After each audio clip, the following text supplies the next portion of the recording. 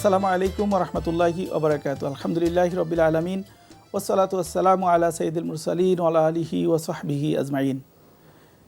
দেশ এবং দেশের বাইরে পৃথিবীর যে প্রান্ত থেকে আমাদের অনুষ্ঠান জ্ঞান বিজ্ঞান এবং মুসলিম ঐতিহ্য দেখছেন তাদের সবাইকে স্বাগত জানাচ্ছি। আপনারা জানেন যে আমাদের এই প্রোগ্রামটির মাধ্যমে জ্ঞান বিজ্ঞানের বিভিন্ন শাখা প্রশাখায় মুসলিমদের যে অবদান সেটা তুলে ধরার চেষ্টা করি এবং তা থেকে শিক্ষা নিয়ে আমরা ঠিক সেভাবে আবার কীভাবে নিজেদেরকে গড়ে তুলতে পারি তার কিছু দিক নির্দেশনা আমরা তুলে ধরার চেষ্টা করি এই প্রোগ্রামের মাধ্যমে।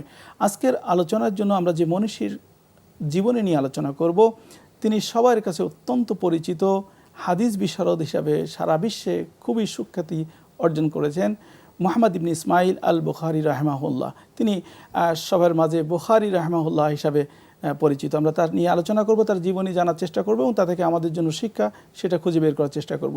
এবং এই সব আলোচনা করার জন্য আমরা স্টুডিওতে আমন্ত্রণ জানিয়েছি বিশিষ্ট ইসলামী চিন্তাবিদ, শিক্ষাবিদ, তামিরুল মিল্লাত কামিল মাদ্রাসার প্রিন্সিপাল ডক্টর মোহাম্মদ আবু ইউসুফ।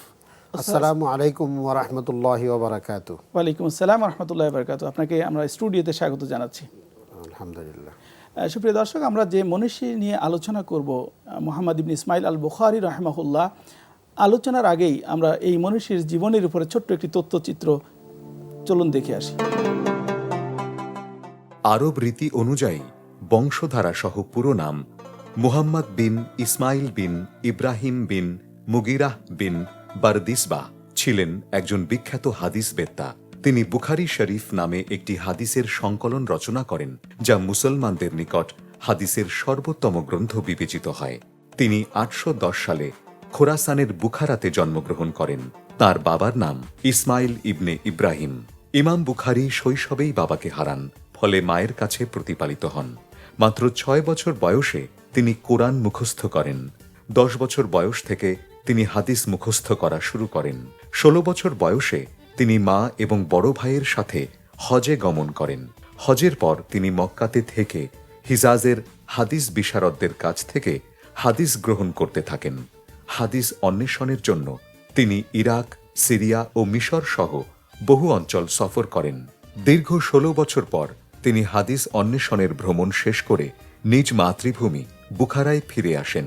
তার উল্লেখযোগ্য ছাত্রদের মধ্যে রয়েছেন ইমাম মুসলিম রহমতুল্লাহ আলাইহে, ইমাম তিরমিজি রহমতুল্লাহ আলাইহে, ইমাম তিরমিজি রহমতুল্লাহ আলাইহে, ইমাম নাসাই রহমতুল্লাহ আলাইহে, ইমাম হাতেম রাজি রহমতুল্লাহ আলাইহে, আবু জুররা রহমতুল্লাহ আলাইহে, সালেহ বিন মুহাম্মদ রহমতুল্লাহ আলাইহে, আবু বকর বিন খুয়ায়মা রহমতুল্লাহ আলাইহে।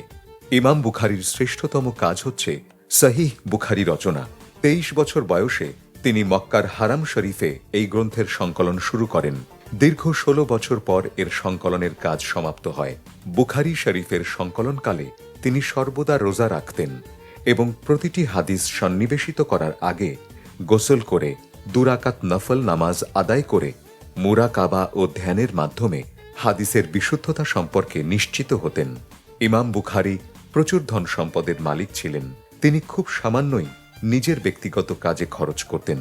সামান্য খরচের পর যে বিশাল অর্থ অবশিষ্ট থাকত তা তিনি দান করে দিতেন। তিনি 870 খ্রিস্টাব্দে মৃত্যুবরণ করেন। আমরা বিশ্ববিখ্যাত হাদিস বিশারদ মুহাম্মদ ইবনে ইসমাইল আল বুখারী রাহিমাহুল্লাহ, যিনি বুখারী হিসাবে পরিচিত, তার জীবনী দেখলাম। এখন এই যে এত বড় মনীষী, এত পণ্ডিত ব্যক্তি এবং হাদিস শাস্ত্রের অবদানের কথা উল্লেখ করলে যার নাম না উল্লেখ করলে অসম্পূর্ণ থেকে যায়, এই রকম একটা পজিশনে পৌঁছানোর পিছনের গল্পটা আসলে কেমন ছিল? আলহামদুলিল্লাহ, আলহামদুলিল্লাহ ওয়া কাফা ওয়া সালামুন আলা ইবাদিহিল্লাযীনা ইসতাফা, আম্মা বা'দ। ফাআউযু বিল্লাহি মিনাশ শাইতানির রাজীম। বিসমিল্লাহির রাহমানির রাহিম। ওয়া আম্মা বিনি'মাতি রাব্বিকা ফাহাদ্দিস। আমানতু বিল্লাহ। ইমাম বুখারী রাহমাতুল্লাহ আলাই, তাকে আমরা সংক্ষিপ্তভাবে বলি মুহাম্মদ ইবনে ইসমাইল আল বুখারী রাহিমাহুল্লাহু তাআলা। তিনি তখনকার যুগের সবচেয়ে বড় মুহাদ্দিস, ইসলামিক স্কলার, যেটা এখন আধুনিক ভাষায় ইসলামিক স্কলার বলা হয়। তখনকার যুগের সবচেয়ে বেশি মেধাবী এবং সবচেয়ে বেশি হাদিস বিশারদ এবং সবচেয়ে সহিহ হাদিস রাওয়ায়াতের ক্ষেত্রে তার তখনকার কোনো জুরি ছিল না। ইমাম বুখারী রাহমাতুল্লাহ আলাই যখন জন্মগ্রহণ করেছিলেন, সেই জন্মগ্রহণ করার সময় একটা অসুস্থ হয়েছিল। অসুস্থ হওয়ার সময় তার চোখের দৃষ্টিশক্তি কমে গিয়েছিল। তখন তার আম্মু আল্লাহর কাছে দোয়া করেছিল যে আল্লাহ, আমার এই সন্তানের চোখগুলা দৃষ্টিশক্তি ফিরিয়ে দাও। একদিন এরকম দোয়া করতে করতে একদিন ইব্রাহিম আলাইহিস সালামকে উনি স্বপ্নে দেখেন যে ইব্রাহিম আলাইহিস সালাম বলছেন যে তোমার সন্তানের চোখের আলো ফিরিয়ে দেওয়া হয়েছে। ঠিকই সকাল ঘুম থেকে উঠে সেই ছোট্ট শিশু মুহাম্মদ ইবনে ইসমাইল সে দেখা শুরু করলো, তার মাকে বলতে লাগলো যে আম্মু আমি তো সব কিছু দেখতেছি। সেই মানের মা ছিলেন, সেই মার সন্তান হচ্ছে ইমাম বুখারী রহমতুল্লাহ আলাই। এবং একজন মহিলার জন্য সবেরা কানেআ মুথিআ আবেদা, যিনি সবসময় নিজেকে আবাদতে মগ্ন রাখতেন, এটা সবটাই ইমাম বুখারী রহমতুল্লাহ আলাইহির মার কাছে পাওয়া যায়। এবং তার পিতা ইসমাইল, ইমাম বুখারী রহমতুল্লাহ আলাই, পিতার সরাসরি শিক্ষকতা না পাইলেও পিতা যেহেতু আগে মৃত্যুবরণ করেছে, কিন্তু সেই যে একটা ধারাবাহিকতা পিতার পক্ষ থেকে, পিতা যে একটা জ্ঞানের ভান্ডার তার মধ্যে চলে আসছিল, ফলে সে 6 বছর কোরআন শরীফ হেফজ করে ফেলেছে। 9 বছর আছে, যেটা আমি যেখানে সিয়ারু আলামিন নুবালাতে 9 বছরের কথা বলেছি। এবং 16 বছরে সে মক্কায় হজ করতে গিয়ে তার বড় ভাই সহ হজ করতে গিয়ে সেখানে তিনি থেকে গেলেন। এবং হেজাজের সবচেয়ে বড় বড় ওলামায়ে কারাম, ইসলামী স্কলার তখনকার যারা ছিলেন, তাদের থেকে তিনি হাদিস শিখেছেন এবং সনদ সম্পর্কে জেনেছেন। রসুলের হাদিস কিভাবে আলোচনা করলে সেটা সঠিক পন্থায় আলোচনা করা যায়, যার কারণে তিনি কাদায়া সাহাবা ও তাবিঈন একটা বই পর্যন্ত তখন রচনা করেছিলেন। উনি যখন তার উস্তাদের কাছে যখন ছিলেন তখন সকলেই লিখতো, উনি লিখতেন না। তখন তার বন্ধুরা তাকে কিন্তু সবসময় বলতেন যে তুমি লেখো না কেন, কয় তোমরা কি লিখেছো আনো দেখে আমার কাছে। তখন তারা যা লিখেছে উনি সেই হাদিসগুলো পড়ে শোনালেন, প্রায় 15,000 হাদিস তিনি মুখস্থ শোনালেন।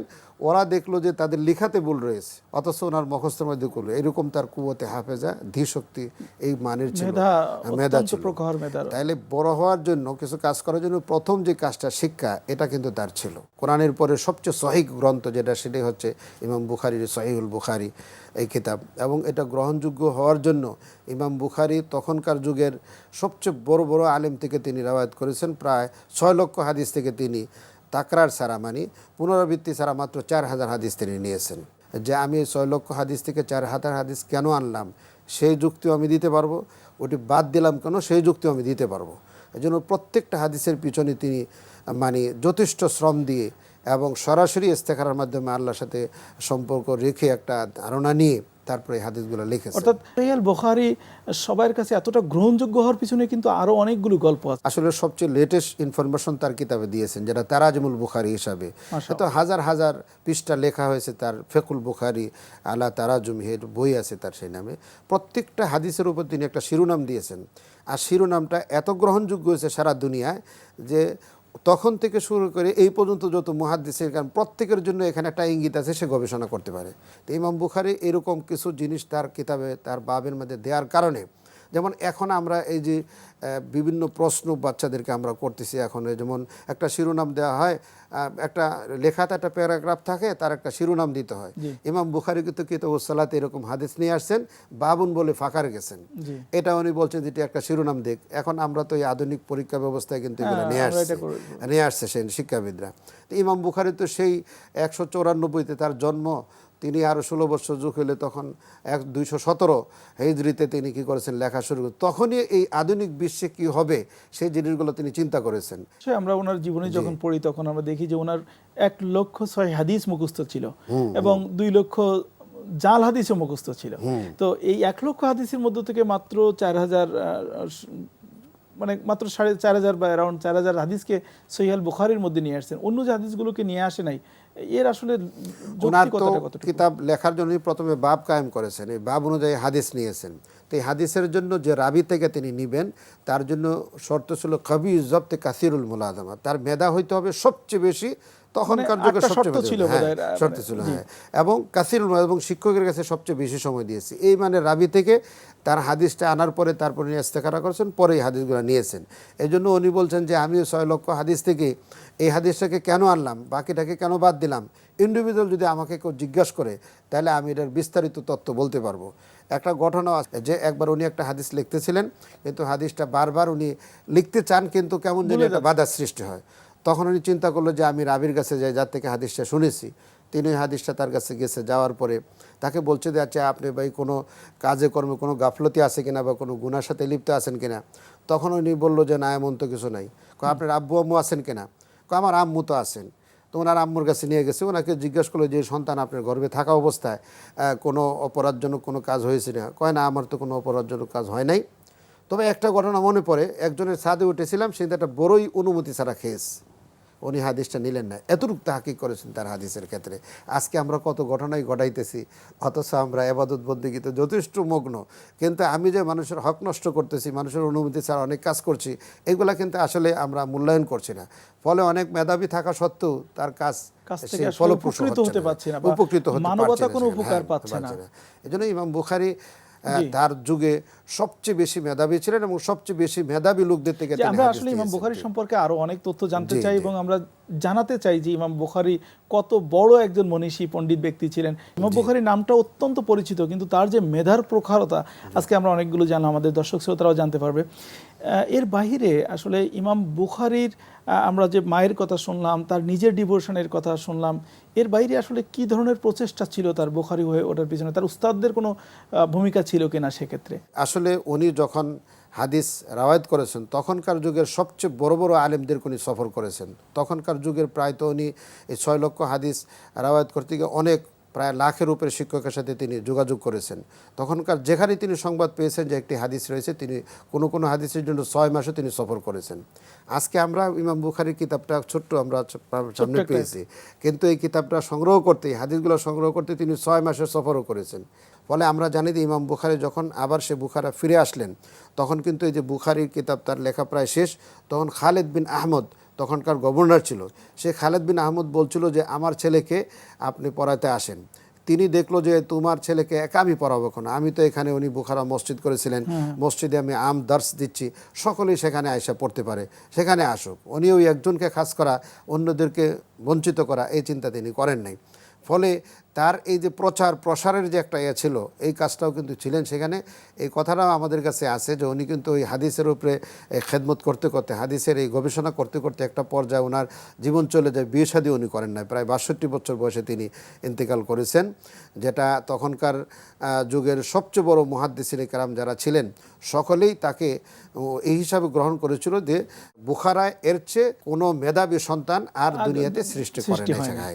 এজন্য আমরা তার এই মেধাকে কাজে লাগানোর কারণে আজকে আমরা এই হাদিসের বিশাল একটা কোরআন শরীফের পরে একটা সহিহ গ্রন্থ আমরা উপহার পেয়েছি। আমি দোয়া করি ইমাম বুখারী রহমতুল্লাহ আলাইহিকে আল্লাহ তাআলা তার রসুলের হাদিসের যে খেদমত করেছেন, এই খেদমতের কারণে আল্লাহ তাআলা তাকে অবশ্যই জান্নাতের সর্বোচ্চ মাকাম তাকে দান করবেন। যে আমরা এই বিষয়ে আরো খুঁটিনাটি কিছু আলোচনা করব, তার আগে আমরা একটু দেখে আসতে চাই মুসলিম ঐতিহ্য নিয়ে একটি ছোট্ট ভিডিও ক্লিপ। মসজিদে নববী ইসলামের সর্বশেষ নবী হযরত মুহাম্মদ সাল্লাল্লাহু আলাইহি ওয়াসাল্লাম কর্তৃক প্রতিষ্ঠিত মসজিদ হল মসজিদে নববী। এটি সৌদি আরবের মদিনায় অবস্থিত। হযরত মুহাম্মদ সাল্লাল্লাহু আলাইহি ওয়াসাল্লামের বাসগৃহের পাশে এই মসজিদ নির্মিত হয়েছিল। তিনি নিজে মসজিদের নির্মাণ কাজে অংশ নিয়েছিলেন। স্থানটি 2 জন বালকের মালিকানায় ছিল। তারা মসজিদের জন্য জায়গাটি বিনামূল্যে উপহার হিসেবে দিতে চাইলেও হযরত মুহাম্মদ সাল্লাল্লাহু আলাইহি ওয়াসাল্লাম স্থানটি কিনে নেন। মসজিদের আকার ছিল 30.5 মিটার বাই 35.62 মিটার। খেজুর গাছের খুঁটি দিয়ে ছাদের কাঠামো ধরে রাখা হয়। ছাদে খেজুর পাতা ও কাদার আস্তরণ দেওয়া হয়। এর উচ্চতা ছিল 3.60 মিটার। মসজিদের 3টি দরজা, দক্ষিণে বাব আল রহমত, পশ্চিম দিকে বাব আল জিব্রিল এবং পূর্ব দিকে বাব আল নিসা। খায়বারের যুদ্ধের পর মসজিদ সম্প্রসারণ করা হয়। এটি প্রত্যেক দিকে 47.32 মিটার বৃদ্ধি পায় এবং পশ্চিম দেয়ালের পাশে 3 সারি খুঁটি নির্মিত হয়। খলিফা উমর মসজিদের সম্প্রসারণ করেন। তিনি আরও 3টি দরজা সংযুক্ত করেন। খলিফা উসমান নতুন করে মসজিদ নির্মাণ করেন। এই কাজে 10 মাস সময় লাগে। নতুন মসজিদের আকার দাঁড়ায় দৈর্ঘ্যে 81.40 মিটার ও প্রস্থে 62.58 মিটার। দরজার সংখ্যা ও নাম অপরিবর্তিত রাখা হয়। পাথরের দেয়াল নির্মিত হয় এবং খেজুর গাছের খুঁটির বদলে লোহা দ্বারা সংযুক্ত পাথরের খুঁটি যুক্ত করা হয়। মসজিদের ছাদে সেগুন কাঠ ব্যবহার করা হয়। 707 খ্রিস্টাব্দে উমাইয়া খলিফা আল ওয়ালিদ মসজিদ সম্প্রসারণ করেন। এজন্য বাইজেন্টাইন সাম্রাজ্য থেকে কাঁচামাল সংগ্রহ করা হয়। মসজিদ 2 স্তর বিশিষ্ট এবং আয়তাকার। উসমানিয়া নামাজের স্থানটি দক্ষিণমুখী। এতে সমতল ছাদ এবং বর্গাকার ভিত্তির উপর 27টি গম্বুজ রয়েছে। প্রাঙ্গণে থাকা স্তম্ভের সাথে যুক্ত ছাতাগুলো খুলে দিয়ে ছায়ার ব্যবস্থা করা হয়। মসজিদের চারপাশের বাঁধানো স্থানেও নামাজ পড়া হয়, যাতে ছাতা সদৃশ তাঁবু রয়েছে। জার্মান স্থপতি মাহমুদ বোদো রাস্ট ও তাঁর প্রতিষ্ঠান এই গম্বুজ ও ছাতাগুলো নির্মাণ করে। মসজিদের মধ্যে ছোট কিন্তু বিশেষ এলাকা রয়েছে, যা রিয়াদুল জান্নাহ বা জান্নাতের বাগান বলে পরিচিত। এটি নবীজির সমাধি থেকে মসজিদের মেম্বার পর্যন্ত বিস্তৃত। ইসলামের শেষ নবী কর্তৃক ব্যবহৃত মূল মেম্বার খেজুর গাছের কাঠ দিয়ে নির্মিত হয়েছিল। পরে এর স্থলে অন্য মেম্বার বসানো হয়। মসজিদে 3টি মেহরাব রয়েছে। এর মধ্যে একটি হযরত মুহাম্মদ সাল্লাল্লাহু আলাইহি ওয়াসাল্লামের সময় নির্মিত এবং বাকিগুলো পরবর্তী সময়ে নির্মিত হয়। আমরা এই যে ছোট্ট তথ্যচিত্র দেখলাম, যেটা মুসলিম ঐতিহ্যের, বিশেষ করে ইমাম মসজিদ নববী, যেটা রাসূল সাল্লাল্লাহু আলাইহি সাল্লামের প্রতিষ্ঠিত মসজিদ, এটা মুসলিম বিশ্বের কাছে এটা পরিচিতির নতুন করে বলার কিছু নেই। কিন্তু এটার সাথে ইমাম বুখারীর একটা সম্পর্ক আছে, সেটি যদি আমাদের সামনে একটু তুলে ধরেন। আসলে ইমাম বুখারী রহমতুল্লাহ আলাইহি যদিও ওনার সেই এখন উজবেকিস্তানের অংশ যেটা বুখারাতে জন্মগ্রহণ করেছিলেন, কিন্তু উনি পুরো হাদিসটার খেদমত করেছেন কিন্তু মক্কা এবং মদিনায়। বেশি টাইমে তিনি মদিনায়, সেটা জান্নাতুল বাকি যে অংশটুকু আছে সেই অংশতে তিনি ইস্তেখারা করেছেন, নামাজ পড়েছেন, আল্লাহর কাছে চেয়েছেন যে আল্লাহ তোমার এই রসুলের হাদিস যদি হয় তাহলে সেটা আমাকে তুমি কী করো, একটি সাক্ষী প্রমাণ আমার ভিতরে দিয়ে দাও। তাহলে রসুলের হাদিস লেখার ক্ষেত্রে মসজিদ নববীর ইমাম বুখারীর সাথে একটা ভালো ওতপ্রোত একটা সম্পর্ক আছে। ইসলামী জ্ঞান বিজ্ঞানের ক্ষেত্রে অবদান রাখার ক্ষেত্রে মসজিদে নববী, মক্কা বা কাবার, এই যে সম্পর্কগুলো কোনো সম্পর্ক আছে কিনা আসলে? অবশ্যই এটা আজকে আমাদের অনেক স্কলারদেরকে আমরা দেখতেছি যারা আসলে ওই সব জায়গায় যাই নাই বা ওই ধরনের ঠিক কানেকশনটা তৈরি করতে পারে নাই। আসলে যেখানে কোরআন নাজিল হয়েছে মসজিদ নববীতে মক্কা এবং মদিনা, আমরা জানি মক্কি এবং মাদানী সূরা রয়েছে। তো আমরা কোরআনের উপরে কিছু লিখতে গেলে, রসুলের জীবনের উপরে কিছু লিখতে গেলে, রসুলের হাদিসগুলো ব্যাখ্যা করতে গেলে অবশ্যই জায়গাগুলা, এখন তো ইন্টারনেটও দেখা যায়, যাওয়াও সুযোগ আছে, এগুলাতে গেলে লাইসাল খাবরুকাল মুআয়না, একবার দেখলে শতবার বর্ণনার চেয়ে অনেক উত্তম। এর বাইরে যেটা আমার কাছে মনে হয়, যেটা আত্মিক সম্পর্ক, একটা ইমোশন, একটা ডিভোশন তৈরি হয়। হ্যাঁ, ওইখানে যাওয়ার পরে যে মনে একটা পরিবর্তন আসে এবং তখন যে তার ইবাদতে একটা মগ্ন হওয়ার যে একটা তার আধ্যাত্মিক অবস্থা সৃষ্টি হয়। মানুষের গ্রহণযোগ্যতার জন্য 3টা জিনিস তার দরকার হলো, অগাধ জ্ঞান তার থাকা দরকার আছে, তার আত্মত্যাগ দরকার আছে। এই আত্মত্যাগটাই মানুষের কাছে গ্রহণযোগ্যতা নিয়ে আসে। এই আত্মত্যাগটা কিন্তু ওইখানেই তার বেশি সৃষ্টি হয়, যে এখানে রসুল হেঁটেছেন, এখানে রসুল হাদিস বলেছেন, এখানে সাহাবায়ে কেরামদেরকে সামনে নিয়ে কথা বলেছেন, এখানে কোরআন নাজিল হয়েছে। এই কথাগুলো যখন তার সামনে চোখে ভাসতে থাকে, তখন মনে হয় দৃশ্যটা এমনই তার কাছে আসছে।